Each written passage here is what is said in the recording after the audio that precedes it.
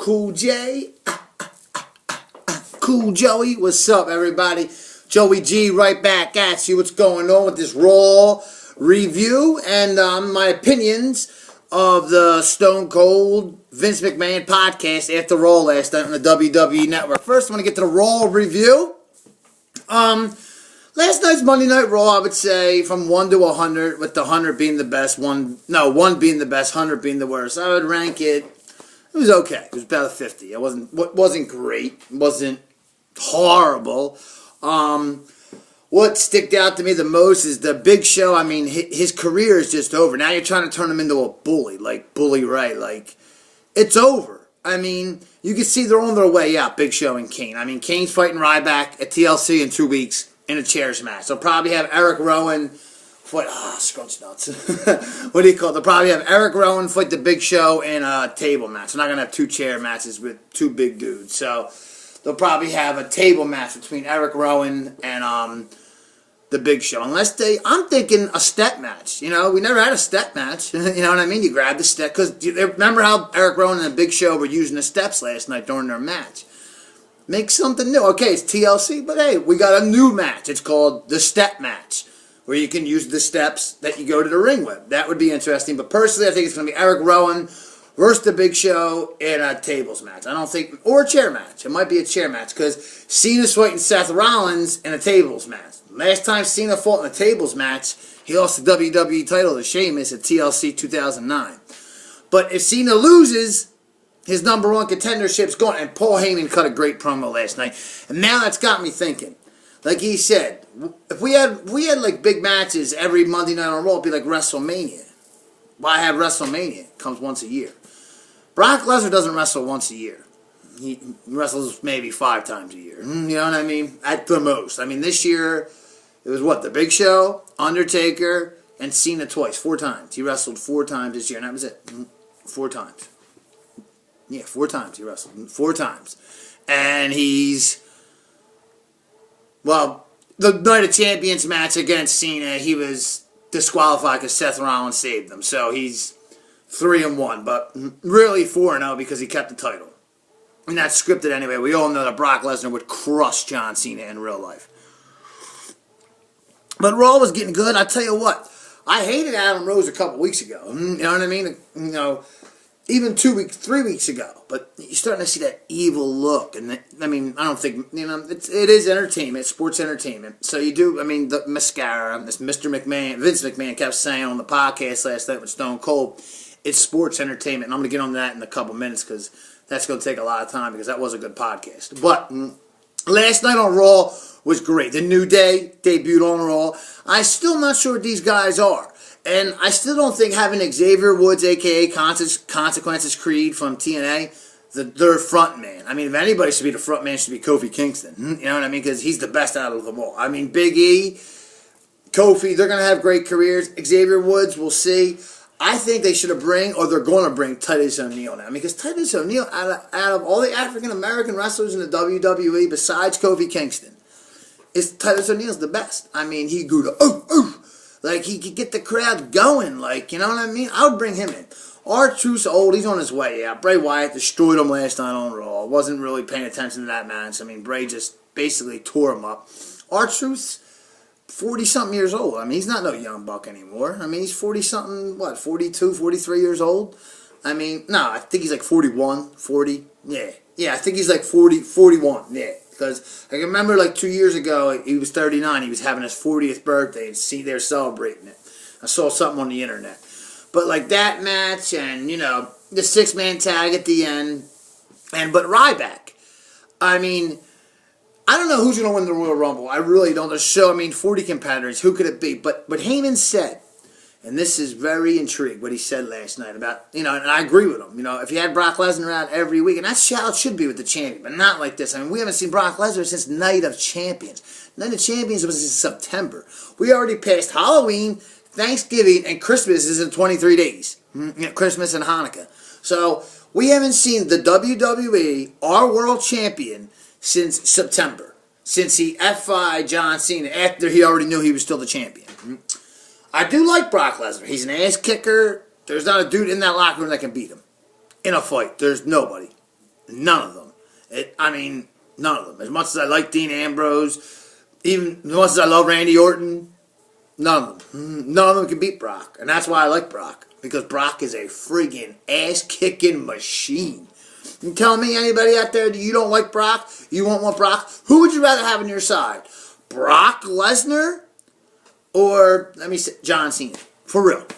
And I like John Cena. I'm a Cena fan. You know what I mean? I'm not a yabba dabba doo fan. I liked him better when he was wearing the steel chains and kicking the thugonomics. Like my video the other night. Check it out. Seen enough. It was real good. It goes real deep in his career. Watch the video. You know what I mean? I do these videos for you fans. You know what I mean? And for me, because I want to get this beautiful face all over the world. And trust me, 2015, it's going to be an epic year. And I think it's going to be Dolph Ziggler's year in the WWE. But it's going to be Joey G's year in the world, in the media outlet, in sports entertainment. Because you see this, what this says? Legendary status. Legendary. Legendary. Okay? And you put that away, legend. See that? Legend. I'm a legend. I'm going to be a legend, okay? I should have started this a long time ago. You're right. I should have started this in 1995 when I graduated high school. But hey, we all have demons. And, I used to like to party. You know what I mean? Just think about it. If I would have did this in 1995 when I graduated from Northeast High School, and I would have went down to the ECW arena when ECW was hot in 95, because WCW and WWE sucked. WCW was starting to come on because Nitro just came out and everything. But just picture, with my charisma and the way I can get, I could be a heel, I could be a face if I wanted, but I'd rather be a heel. Now the ECW arena down South Philly, which I've been there to ECW shows, but I never had that. I would always go down when I was younger to see it. Me and my friends, we would just be drunk, we'd be whacked, we would just go in and cheer the Sandman. That was our favorite guy, the Sandman. Now I remember he went to WCW, and what was his name? Hardcore Heck? He sucked. Hardcore Heck. Come on, he sucked. Raven used to be my man. Quote, the Raven, nevermore. I used to like him. My ex-girlfriend Jackie used to like him. Her sister, Anne Marie. What's up, Anne Marie? Anne Marie used to like the Raven. Quote, the Raven, nevermore. What do you call it? ECW was just something special. It was like the ECW arena was like the Sportatorium in Dallas. That's what the ECW arena was. Remember, Steve Austin, Chris Jericho, Mick Foley, Brian Pillman, what do you call it? Dean Malenko, Eddie Guerrero, you know what I mean? Chris Benoit, you know what I mean? They were all in ECW before they came to the WWE. Chris Benoit, Eddie Guerrero, Dean Malenko, before they even went to WCW. Rey Mysterio, before they even went to WCW, they were in ECW. Steve Austin became Stone Cold in ECW. When he started cutting them promos, when Eric Bischoff fired him over the phone, he started cutting them promos. Remember when he was going Bongo McMichael, Monday Night Quill, and he was acting like, the Stevester, and Joey Styles was like, you're Steve Austin. Like, that made Steve Austin. That's when Steve Austin was drinking beers, and like Paul Heyman said on a promo back in 2001 to Vince McMahon. Why, Doink the Clown and Bobby Heenan and Mean Gene were running around singing Tutti Frutti. Stone Cold Steve Austin was drinking his first damn beers at ECW. It's the truth. You know what I mean? As I get on to Steve Austin and Vince McMahon and Paul Heyman, what do you call it? And again, that Paul Heyman promo was great last night.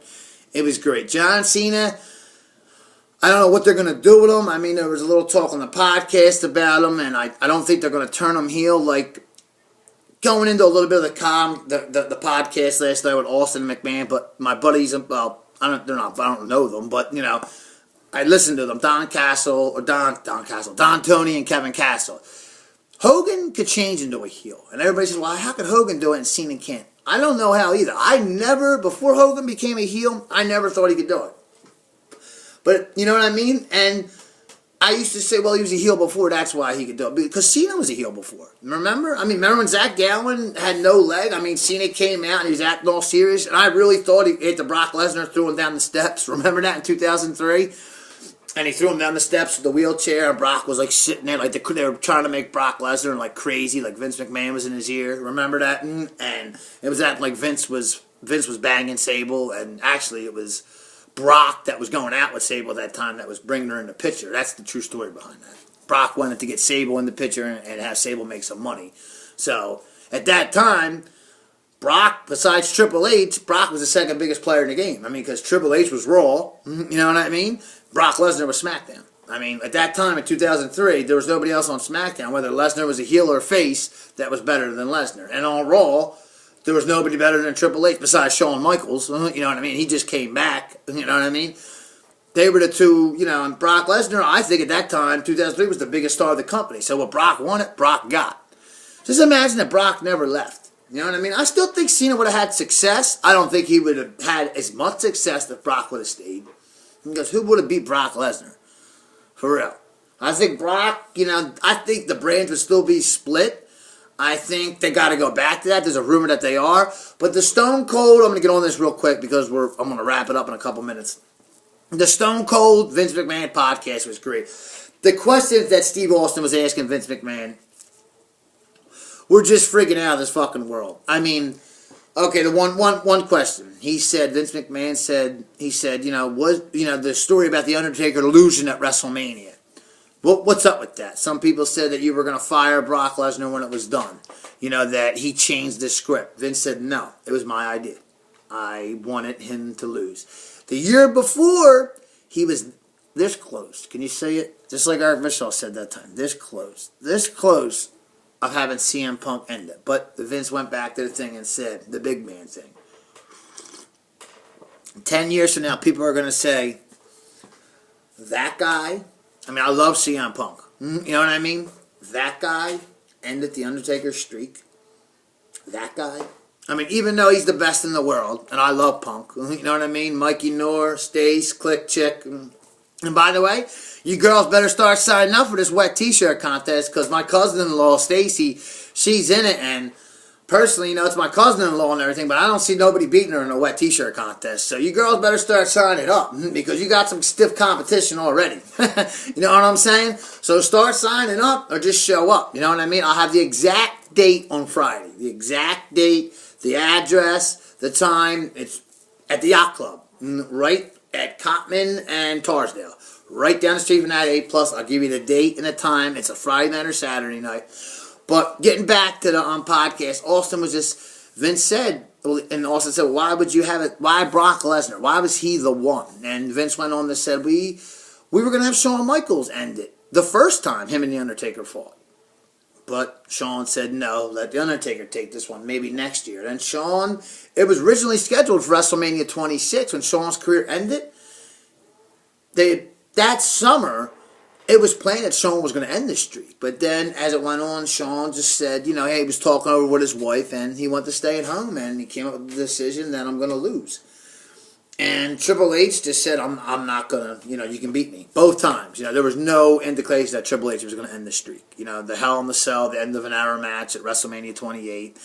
And then Punk, but then no. And then they said with Lesnar, it was up and down, and it wasn't decided that Lesnar was going to win until a week before WrestleMania. It was up in the air. Matter of fact, in the beginning, they did have The Undertaker winning. But he's just, I mean, now there's a rumor. Paul Heyman put the rumor last night.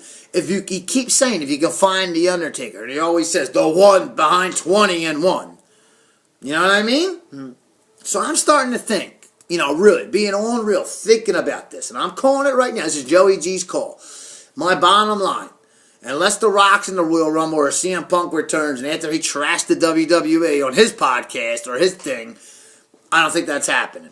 I think The Undertaker will be between number, I'd say, 35 and 40. You're going to hear dung, dung, and I'll go crazy. You know what I mean? The whole Wachovia Center, the whole Philadelphia will go crazy. Even the people watching on the WWE Network, the people watching on the Internet, the people watching on pay-per-view that don't have the WWE Network, everybody's going to go crazy. He's going to come down I'll probably say he'll come down 40. I'll be the 40th participant because nobody will expect it. They'll still be loaded in there, but at least, I'd say, 5-10 competitors. He eliminates them all, wins the Royal Rumble, fights Brock Lesnar at WrestleMania, last match, trains, hangs and bangs, beats Brock, wins the title, comes out the next night on Raw, surrenders the title, said, I did what I had to do, I beat Brock, I'm retiring, I'm running off into the sunset. WrestleMania 32, he gets inducted in the Hall of Fame, have a tournament for the title, and the Final Four Payback. in May. This is Joey G. I'm out. Peace.